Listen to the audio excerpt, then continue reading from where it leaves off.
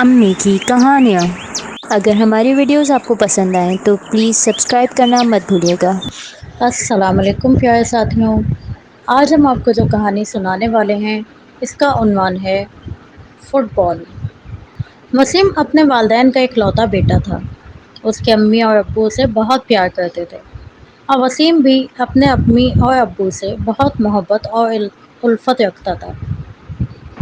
کچھ عرصے کے لیے وسیم کے ابو کو دفتری کام کی وجہ سے کسی دوسرے شہر جانا پڑا اور وسیم بہت اداس ہو گیا۔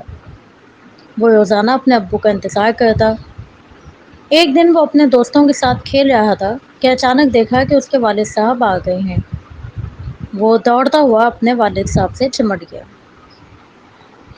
وسیم کے ابو نے بیگ سے نکال کے خوبصورت چھوٹی سی فٹ بال اس کو تحفے میں پیش کی۔ وسیم کو فٹ بال بہت پسند آئی اور اس کی خوشی دوبالا ہو گئی۔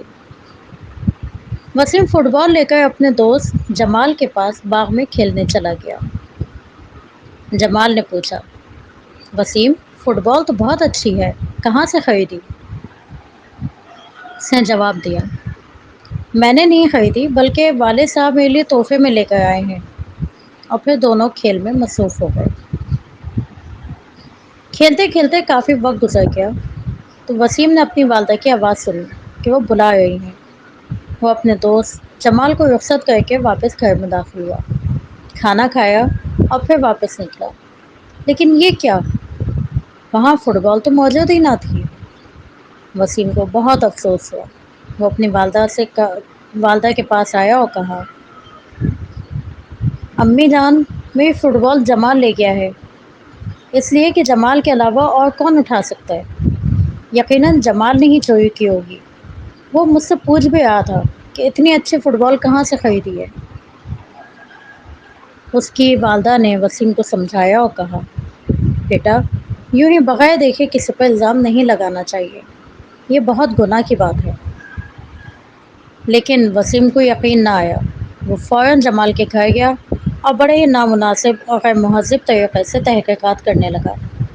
جمال نے کہا، وسیم، میں نے تو اس کے بعد تمہاری فٹ بال دیکھی بھی نہیں۔ وسیم گھر واپس آ گیا اور اپنی امی سے کہا، جمال نے ہی چوری کی ہے، وہ مجھ سے جھوٹ بول رہا ہے۔ اس کی والدہ نے کہا، بیٹا، تم نے باغ میں تلاش بھی کی ہے کہ نہیں؟ جاؤ ذرا باغ میں تلاش تو کر لو، شاید وہیں ہو۔ وسیم نے باغ میں تلاش شروع کی تو فٹ بال ایک درخت پر لٹک رہی تھی۔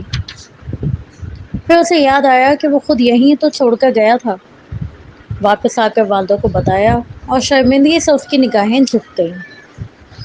اس کی والدہ نے کہا، چلو، آج تو تمہیں ایک اچھا سبق حاصل ہو گیا، اب اس سبق کو ساری زندگی نہ بھولنا۔ اور تم نے جو اپنے دوست پر بلا تحقیق الزام لگایا ہے تو اب جاؤ اور فوراً اس سے معافی مانگو۔ چنانچہ وسیم نے جمال سے معافی مانگ لی اور دونوں پھر دوست ہو گئے۔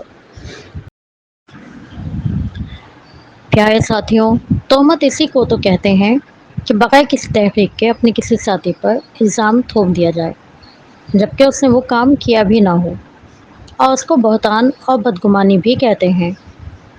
ہمارے پیارے نبی صلی اللہ علیہ وآلہ وسلم نے ان سب بری باتوں سے بہت سختی سے منع فرمایا ہے۔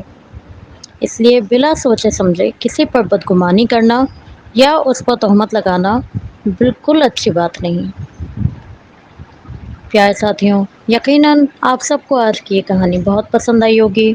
کل ملیں گے پھر ایک نئی کہانی کے ساتھ، تب تک اللہ تعالیٰ آپ سب کا حافظ اور نگہبان۔